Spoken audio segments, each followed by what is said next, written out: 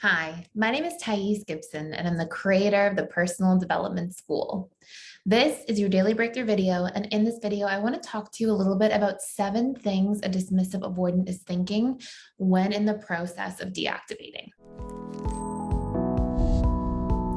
So this is something that's come up a lot. And as many of you know, I ran a private practice for the better part of a decade, and I had a tremendous amount of conversations, seeing many people week over week, day over day, really packed schedule. And I would have conversations with so many different individuals from different attachment styles.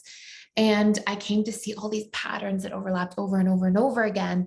And of course, patterns are never one size fits all, but I saw so many tremendous similarities. And that's part of where all this content comes from. So today, I want to talk to you about the 7 main patterns that I observed dismissive avoidants would talk to me about and say that they were thinking about when they were in the process of deactivating. And we're going to do a series on this for the activating and deactivating for the different attachment styles in general. So keep in mind, these are not going to be the only things that the dismissive avoidant thinks about, but I've found that when somebody's deactivating, we can get so strong into our thinking and so identified with our thoughts and emotions and sort of go down a rabbit hole.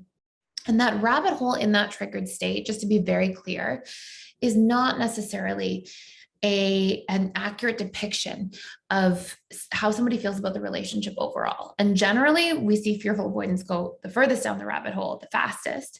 And we see dismissive avoidance, they go down the rabbit hole a little bit more of deactivating. So basically, you'll see dismissive avoidance deactivates more pervasively and be in a more deactivated state, but at a lower level of intensity.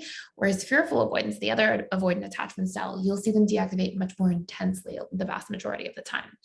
So with that being said, I want to talk to you about some of the main patterns you'll see here. So the very first pattern I will see when a dismissive avoidant, it's very common that they've chatted with me about many times, is when a dismissive avoidant is deactivating, they tend to actually think active deactivating thoughts. And what this means is they'll think thoughts like, I don't need this person.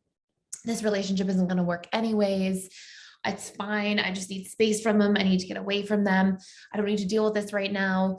And so they'll think a lot of these deactivating thoughts that are basically subconscious strategies, really for protection, for not having to feel vulnerable. A lot of denial of how they feel. So it's I don't even care about this. I don't care to deal with this right now. So a lot of denial of their own feelings and denial of needing somebody or needing anything vulnerable from the relationship. Now, keep in mind, this is a mental state, emotional state. It's not how the DA feels overall. And again, this will be correlated about how intense those deactivating thoughts and feelings are with how triggered the person is. Okay. So that's number 1. Number 2, another big theme that I would see a lot with dismissive avoidance is going down the rabbit hole of feeling misunderstood and saying they just don't get it. They don't get me. We're not compatible. And it would be when I would ask many more questions to dismissive avoidance about this, when they were triggered about their partners, I'd be so when you say you're not compatible, what's not compatible? And I would always hear common threads about well, they just don't understand me. My partner just doesn't get me. They don't know how I operate. They don't know how I work. And this was the more vulnerable side of the DA. And a lot of times what they were feeling, they don't understand my needs. They don't understand how I operate in a relationship. They don't understand what I want. So these dynamics and thought patterns are super prevalent. Number 3, I would see some of those shame wounds come online. Things like, what's wrong with me? I'm incapable. I just don't get relationships. I'm not cut out for relationships. I'm not built for this stuff. I'm not meant to be this way in relationships. And this was a really common thread here as well. And by the way, as I'm going through these 7 major things, if you're going through a state of pain, challenge with a dismissive avoidant in a relationship, or you are one, we have a series of courses we did all about different attachment styles and their actual relationship with each other.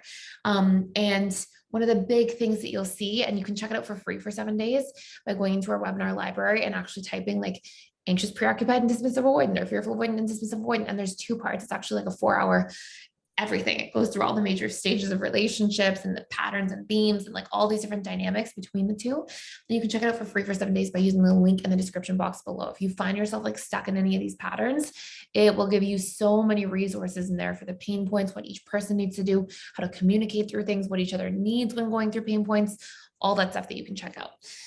Anyways, to continue with that, one of the other big things that I've seen as we go down this list of 7 things is this dynamic of telling themselves things like, this is too dramatic for me. This is too much drama. It's too much. It's overwhelming. I can't do this because it's overwhelming and I can't like continue along this level of emotional intensity long term. So we'll hear a lot of those thoughts when a DA is deactivating. Another big dynamic that I'll see is I am confused. Patterns of thought related to like, I'm confused. I don't get it. What do I do? What am I supposed to do? What do they want me to do? I have no idea what they want me to do. You know, why bother? These sorts of dynamics as well can be really, really common. And then we get into the next part here, which can be a little bit triggering to hear if you're the loved one of a DA, but in certain cases, I will hear DAs talk about like the Phantom X. And the Phantom X, I have another video about this on this channel that goes into a lot of detail, but it's basically like a subconscious strategy to hold on to the positives from past relationships and sort of like assume that like I can meet these needs because they were met here. And a lot of dismissive avoidants tend to not see the negatives from one specific or multiple specific exes and sort of focus in on those. It's definitely not common for like every single dismissive avoidant, but I've seen this as a pattern over time. And in that, it's sort of like this subconscious strategy to keep distance from other people. It's if I keep some kind of attachment quietly in my mind to somebody from the past, it acts as like a guard that I have up towards other people now. It acts as some kind of like sort of invisible wall between myself and my current partner or loved one. And so this can be a really common thing. And sometimes I'll see the DA be like, my ex didn't do this. They didn't do this. Why is this taking place? And sort of diving into that dynamic. And then last but not least, I will hear a theme of dismissive avoidance feeling like afraid of being criticized again, sort of like a combination of shame and fear. And feeling like I'm scared to approach this person, even if I want to approach it, even if I want to make the person better. I don't feel comfortable. I don't want to get criticized again. I don't want to be shamed. I don't want to get in trouble. And feeling this like fear to reapproach, and that also being something that sort of like holds them back from approaching when they're in that deactivated state. So these are 7 common themes. You can check out in a lot more detail those courses for free for 7 days by clicking the link in the description box below. And I hope that all makes a lot of sense. And I hope this answers a lot of unanswered questions that people have about this topic. So thank you for watching. Thank you for being here. Please like, share, and subscribe if you haven't already. And I will see you in the next video.